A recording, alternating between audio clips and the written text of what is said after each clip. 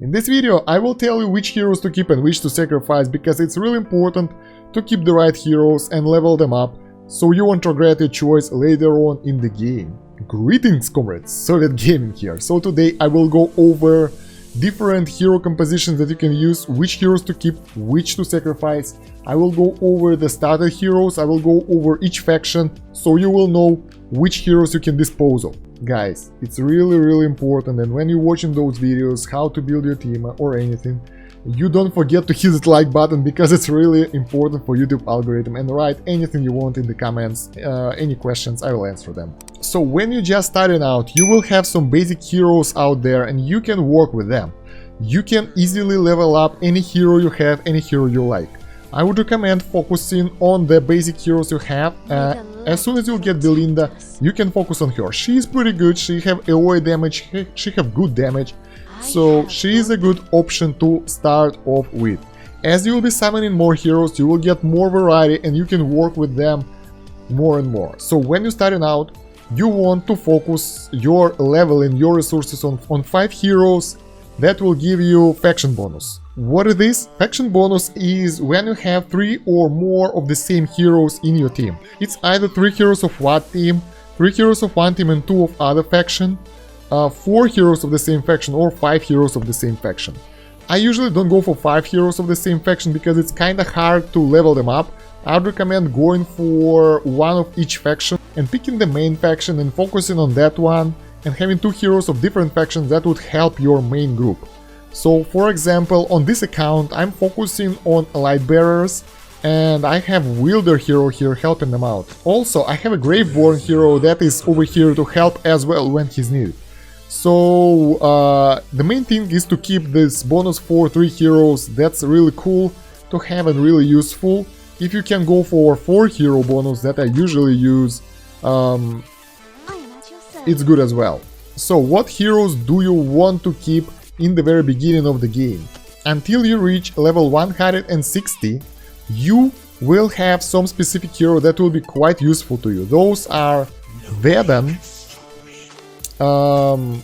Arden. Arden is actually really good because his crowd control abilities are fantastic. When you'll be using those and changing routes, they are totally destroying enemy team, they are stunning them, and it's working really well for really early stages. He actually can be useful up to level 180. Everybody else from the list I'm giving you right now isn't that good after 160.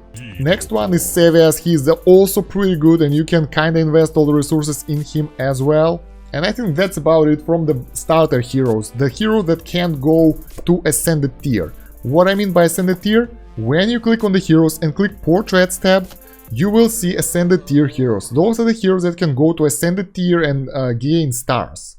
Everybody else below them are Legendary tier heroes and lower. Common tier heroes are total trash. Those Legendary tier heroes, only the ones I've mentioned are pretty good. Basically Sevias, Vaden, Arden. All other heroes are very situational. Basically they are good if you have them and you don't have any other heroes at your disposal. As soon as you get better heroes, you can easily sacrifice those guys and use those resources in order to level up the heroes that you need. So yeah, focusing on those guys in early game is totally okay. You can level them up all the way to Legendary, plus you can use them for quite a long time and they are actually pretty good. One really important thing, you don't want to sacrifice Ascended tier heroes, none of them, unless you are really sure about it. We will talk about it later in this video, so make sure to watch it till the end and you will learn the secrets of using Ascended heroes as a fodder. So for your first core team, you would like someone like Shemira or Belinda who will do most damage.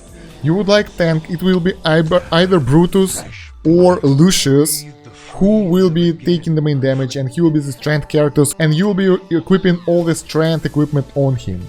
You would like someone with agility, for example Lucy or Faux, who will be getting the agility equipment, maybe at the Entandra. This is actually really based on who you will get earlier, who you will get lucky with at summons. And you will fill the rest spots with the support that will support either your Chimera or crowd control the enemies. For example, if I'll go with Tessie and Arden, that will be crazy crowd control team, and adding in Nemora will get additional healing, so this team is pretty good as well. You just want to balance out your team around crowd control abilities and main damage and survivability. For that you use tank, you use your DPS, and you use people who crowd control and support your team. For example, on my second account, who is at level 935, I'm using only Lightbearer units mostly and using someone for additional crowd control. I can replace him as another Lightbearer units if I want to. And using this team to buff Belinda, because Chimera isn't good enough for me yet. She is still very low level, low ascension, and she is kinda weak. But when she will be good enough, I think I'll put her in this team, and everybody will be buffing her, and this team will just flow through the game. So you'll be playing for a while using only your core team of 5 heroes that I'm using here. You can use them in your campaign, you can use them in your King's Tower, because you have only one basic King's Tower. And you'll be using the same composition over and over and over. But at some point you will get additional King's Towers. And when you got those Towers of Light, Brutal Citadel, the Wall Tree, the Forsaken Necropolis, that's when you will be grateful that you have other heroes at your disposal. So the idea is you want to build the teams of 5 of each faction for every specific tower. For example, for the Brutal Chamber, I have the team of Maulers over here that I use, and I'm focusing my progression on those guys basically. And you won't be able to use any other heroes here. So for your team building, you want to focus on 5 units of each faction and your core team as a main group. So as soon as you reach the mid game, as soon as you got to like level 160, 180 or something, you are in the middle of the game already, you are not in the beginner anymore, and you will be dropping out those poor guys that are not useful anymore to you. You would like to focus on building ascended team. What kind of teams are really common in AFK Arena? So the first very classical team is Chimera, Tessie, Nemora, protect the weak, defy evil. Lucy, Luca, I don't remember her name, and Brutus. So this is one of the most basic teams that you can have. It's also very efficient all the way up to chapter 24, 25. Right now I'm at chapter 22, and I've seen people using it at chapter 23 and 24. After that, you need some balancing, but for free-to-play player, it's about 6 to 8 months in the game, maybe a year. You'll be really happy with the team you have. Other variation is fully Lightbearers Team. This includes Lucius, Belinda, Estrilda, Rosalind, and I don't have him yet. I wasn't lucky, but Rowan is a good addition to that team. So if you have those heroes, you can focus on them and building full Lightbearers team.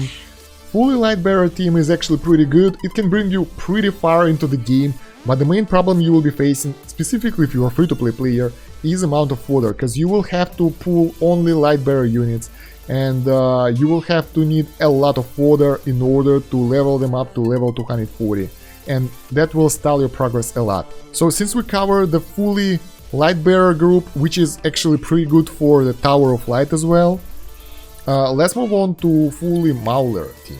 For fully Mauler team, I would recommend going for Brutus, Hessus, and Tandra, probably Warwick, and the last slot can be filled in by either Safia or Satrana. I think I don't have Satrana, so this is the girl. This team would work pretty well for the tower and for your overall progression, but as far as I've seen, fully Mauler team isn't really working really well for overall campaign progression. Next ones are Wielders. They're pretty much my favorite team because I have this core 3 of them. I got really lucky with them in the early game and I use them a lot. So for the best team, you would be having Tassi, Nemora, Lucy, Kaz, and probably Aaron, because This team can kinda crush most of the enemies, it's really good. Most of those heroes are really good for any combat situation, be it PvE, PvP, Reese, Soren, Lab, other than Tassie. She isn't really useful for Reese and Soren fights, but overall those guys are pretty effective in any situation. Now let's move on to Graveborn heroes. For Graveborns, I would say that Chimera is a must, because without her your early game progression will suffer a lot. After that, I would recommend going for Baden, because his summons are really good at distracting the enemies. You would want to keep Feral in your team, or at least don't sacrifice his parts, because he's considered to be the best carry in the late game after stage 24 or something. I haven't got there yet and he is really weak for me, but people say really good things about him, that he is actually replacing Chimera as a main carry in the late game. People also recommend Nara a lot, but she's really hard to combine because she's pretty rare, it's hard to get enough copies of her, and Isabella could be a good option as well. So if we will replace Nara with Gressul, we will have Bed and Gressul summoning insane amount of pets all together and swarming the enemies. So yeah, those are the variants for Graveborn heroes for the tower or your overall campaign progression, wherever you pick. There are also heroes that are not belonging to any of the 4 main factions. Those are Celestial and Hypogean heroes. Celestial heroes are basically the hero that can replace any faction hero and he will give the bonus of that faction. I have Athalia here and the twins. Both of those are considered pretty good heroes, and I got lucky with Athalia and I'm leveling her to Ascended. If you plan to play a really long time, she is considered a really good hero and you can actually farm her by buying her at Challenger store, but it takes a long time, you have to be really patient about it. But yeah, Athalia and the twins are considered pretty good heroes. Twins give insane haste to your team, boosting their speed and boosting everything they do.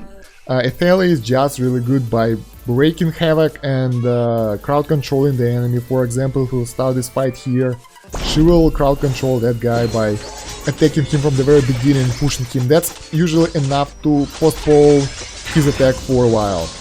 Considering the Hypogean heroes, they're pretty good as well, but it's way easier to use Celestial heroes instead. And since they compete for the same currency, they cost the same currency to buy, it's easier to go for Celestial ones because they are more all-rounder heroes. And those guys, they are more situational.